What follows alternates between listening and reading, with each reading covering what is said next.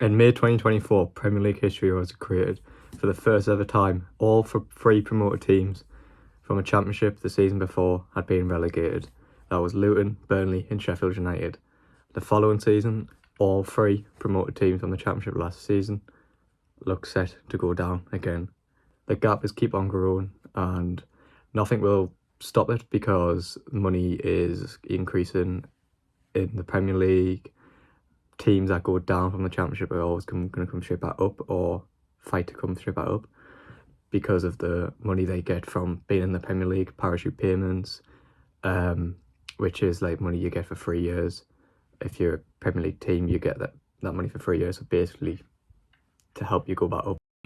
I'm here outside Stadium of Light, home to Sunderland AFC, and I'm here with Sunderland fan Carl, and I'll be asking a few questions about the gap between the Premier League and Championship. So I'm just here at Stadium of Light, and I'm with Drew, Sunderland fan, and I'm just going to ask a few questions about the gap between the Premier League and the Championship. Hope you enjoy. So to start off, why do you think the gap between the Premier League and Championship is keep on growing? Financial fair play becomes involved. Championship teams can't then spend as much as they need to spend to then survive the Premier League, really, where Premier League teams are already established. The difference is between the Premier League and the Championship is simply the money.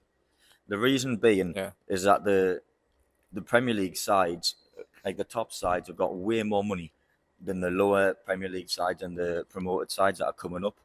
So also these sides who are coming up are struggling when they get up to the Championship. An example could be Southampton this season. Yeah. So the main one is definitely money.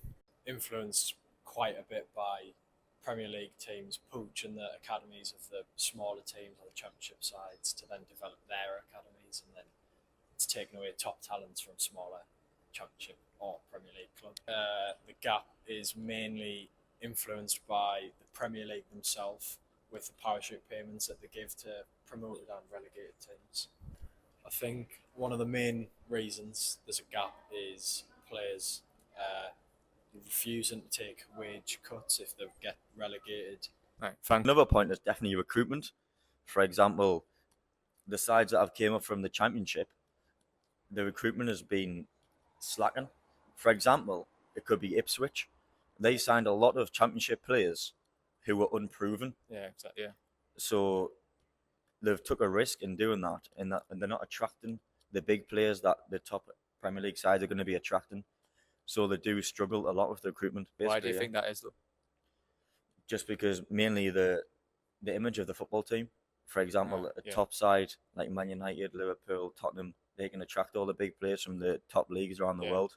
So do you think in the last few years it's been harder for like Championship players to say for like, or even like players from abroad to adapt to Premier League football? Yeah, 100%.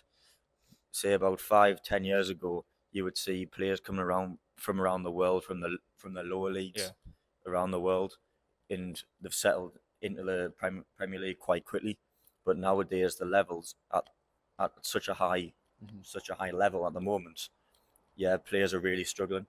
Like for example, like even players who were proven in the Championship had a lot of games done really well in the Championship that come to the Premier League and struggle. A list of Ipswich's summer signings. Go through them. Ben Johnson was bought he's a free transfer from West Ham, Premier League. Murray Hutchinson was on loan at them last year, but he was bought permanently from Chelsea. Jacob Greaves was bought from Championship side Hull. Leighton Delap was bought from Man City, however, has only had Championship loans. Murich was bought from Burnley, who got relegated last year from the Premier League. Connor Townsend was bought from West Brom in the Championship. Sammy Smodics was bought from Blackburn in the Championship. Calvin Phillips was on loan from Man City. Jens Kudreste was on loan from Napoli. Jack Clark was bought from Sunderland in the Championship. Dara O'Shea was bought from Burnley, who got relegated from the Premier League last year. Ogbene was bought from Luton, who also got relegated from the Premier League last year. So, it's with that, even with that list, like it shows that is one of the main reasons why it's such a down. Do you think the gap will change in the future? No, I don't think it will. I think with the markets just increasing constantly, it's only just going to get worse. The gap's going to get bigger. Players become more expensive. It just goes downhill from there. Makes it harder for Championship teams to develop in the Premier League. Do you think in the future the gap will keep on growing, or do you think it'll like go back to like what it was a few years ago?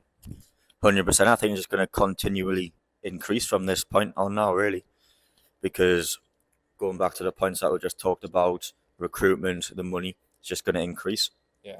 You're going to see the level of the game get even higher. So do you think like academies are growing an increase of like big clubs getting better academies is like having an increase on the gap?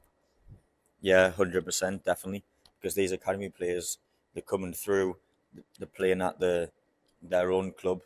Yeah. In some cases, for example, it could be like Kobe Manu, all these players that you're seeing come through, but also the players that they're producing are also going to be sold for a lot of money. Like all these teams, all these big teams have got the best academy players. It's very hard to compete with them. Thank you for watching my video about the Premier League and Championship. Hope you enjoyed.